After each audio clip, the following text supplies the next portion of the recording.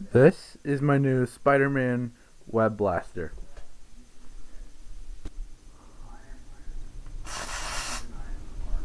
Oh, crap.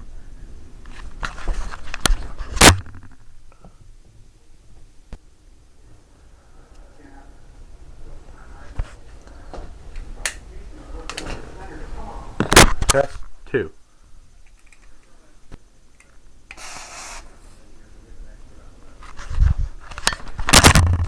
That's good.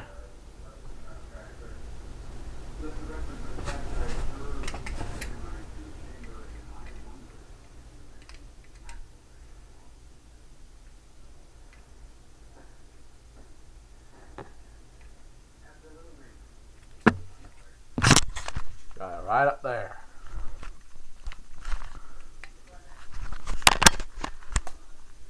What was that? That was weird.